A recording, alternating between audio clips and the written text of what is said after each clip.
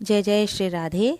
ब्रज के भक्त प्रथम खंड 7वां अध्याय श्री मधुसूदन दास बाबा जी सूर्यकुंड दूसरा भाग।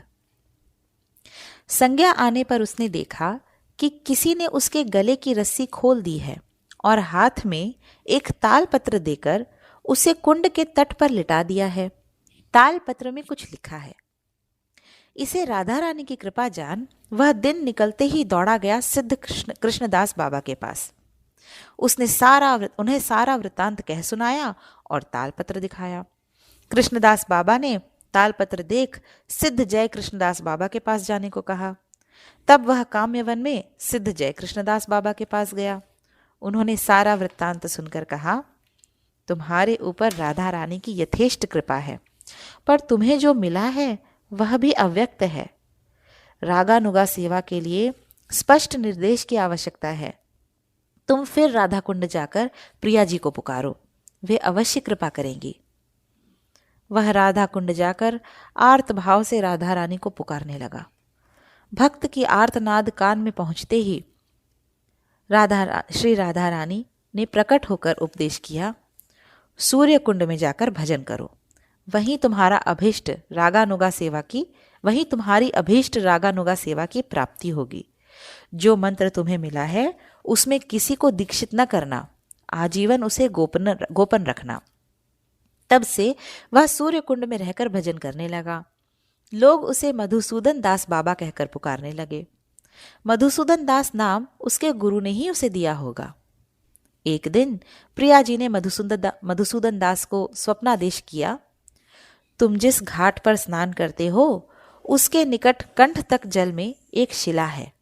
उस पर मैंने और मेरी 2 सखियों ने स्नान करते समय अपने केयूर और अंगदादी रख दिए थे। उनके स्पर्श से शिला गल गई है और उस पर उन आभूषणों के चिन्ह बन गए हैं। तुम उस शिला को निकालकर उसका पूजन किया करो। मधुसूदन दास बाबा कुंड के जल में प्रवेश कर उस शिला को निकालने लगे तो वह 2-2.5 मन की शिला फूल के समान प्रतीत हुई। उन्होंने सहज ही उसे उठाकर कुंड के तट पर रख दिया। आज भी लोग वहां उसके दर्शन करते हैं। कहते हैं तभी से मधुसूदन दास बाबा सिद्ध मधुसूदन दास कहलाने लगे। मधुसूदन दास बाबा शेष रात्रि में कुंड के तीर पर बैठकर उच्च स्वर से विश्वंभर गौरचंद्र वृषभानु नंदिनी राधे नाम का कीर्तन किया करते थे। जब प्रातःकाल लोगों का बाहर चलना फिरना आरंभ हो जाता, कुटी के भीतर जाकर भजन करने लगते। उनकी सिद्धावस्था की बहुत सी कहानियां हैं। बरसाने में फाल्गुनी शुक्ला नवमी के दिन होली खेली जाती है। उस दिन अपराह्न में सफेद वस्त्र धारण कर बाबा द्रुत गति से सीधे बरसाने की ओर भागते। बम्बे के निकट पहुंचते ही संज्ञाहीन होकर गिर पड़ते। ग्वाल बाल कौतूहलवश उन्हें चारों ओर से घेर कर खड़े हो जाते। उनके नेत्रों से जल और मुंह से निकलती राल से धूली कर्दमाक्त हो जाती। मुख से फेन झरते, श्वास प्रश्वास बहुत दीर्घ हो जाते। शरीर अपरूप रोमांच से युक्त हो जाता। संध्या पर्यंत वे इसी स्थिति में पड़े रहते। तत्पश्चात हुंकार के साथ उठ पड़ते। उस समय उनके उज्ज्वल वस्त्र लाल रंग में भीगे होते। एक दिन किसी व्यक्ति ने उनसे कहा, आपकी धर्मपत्नी आपको खोजते खोजते वृंदावन आई हैं। आज संध्या समय वे आपके दर्शनार्थ सूर्यकुंड आने को हैं। बाबा उस समय वृद्ध थे, पत्नी भी वृद्धा थी, पर उनके सूर्यकुंड आने की बात सुनते ही उन्होंने कहा, मैं गोवर्धन चलूं, और वहां से चल दिए। सूर्यकुंड आकर पत्नी को पता चला कि बाबा गोवर्धन चले गए हैं, तो वे गोवर्धन गईं। वहां जाकर पता चला कि वे अन्यत्र चले गए हैं। वृद्धा ब्राह्मणी ने समझ लिया कि उनके कारण महात्मा के स्वच्छंद भजन में विघ्न पड़ रहा है। वे इधर उधर भागने को बाध्य हो रहे हैं। गिरिराज से उनके कुशल क्षेम और भजन साफल्य के लिए प्रार्थना कर वे देश लौट गईं। कुछ दिन बाद ही बाबा के पैर में क्षत रोग हो गया। उनका चलना फिरना दुष्कर हो गया। तब उन्होंने किसी निर्जन स्थान में जाकर देह त्याग करने का संकल्प किया। बड़े कष्ट से वे रात्रि के समय किसी सघन वन में जा पड़े। बिना अन्न जल ग्रहण किए राधा रानी को पुकारते हुए मृत्यु की प्रतीक्षा करने लगे। 2 दिन बीत गए, एक बूंद जल भी पेट में नहीं गया। राधा रानी का नाम लेकर रोते रोते वे मृत प्राय हो गए। तीसरे दिन करुणामयी से रहा न गया। किशोरी ब्रज बालिका के रूप में रोटी और जल लेकर अपराह्न में बाबा के पास आकर बोली, अरे तू हिया काय को आए पड़ो है? मैं ढूंढते ढूंढते हैरान है गई। तू कल रोटी लेवे ना आयो, परसों ना आयो। मैया ने तेरे ताई रोटी भेजी है, खाए ले। बालिका को बाबा बहुत दिनों से जानते थे। वह जिस घर की थी उसे भी जानते थे। उन्होंने कहा, लाली तू यहाँ क्यों आई? तूने कैसे जाना कि मैं यहाँ हूं? मोए सब खबर पड़ जाए, अब तू खाए ले।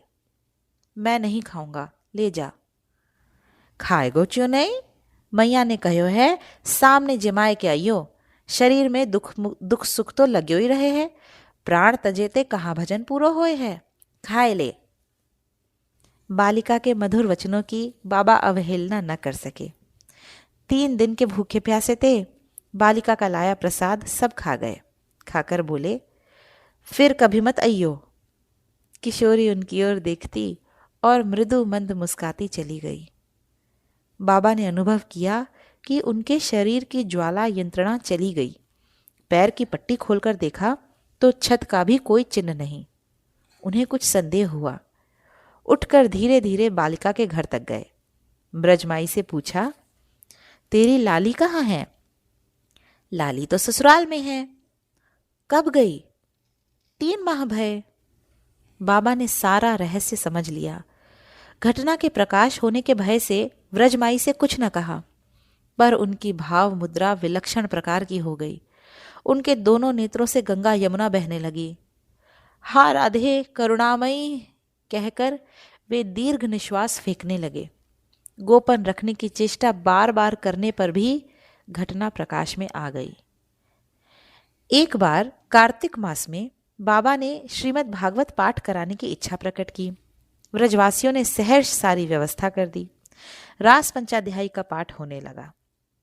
सूर्यकुंडवासी एक डोम का बच्चा नित्य पाठ सुनने आया करता। उसे देखकर व्रजवासी नाना प्रकार की आलोचना करते। पाठ की समाप्ति के दिन वह बाबा की गोद में बैठकर पाठ सुनने लगा। पाठ के बीच में ही उसने पूछा, बाबा, श्री कृष्ण ने रास के पश्चात विश्राम कहाँ किया? सेवा कुंज में या संकेतवन में? बाबा प्रश्न का उत्तर दे सके उसके पूर्व बम फटने जैसा शब्द हुआ। उनके प्राण ब्रह्मरंध्र भेद कर निकल गए। उसी स्थान पर उनकी समाधि आज भी विद्यमान है। बोलिए भक्तवत्सल भगवान की जय। जय जय श्री राधे, जय जय श्री राधे, जय जय श्री राधे श्याम।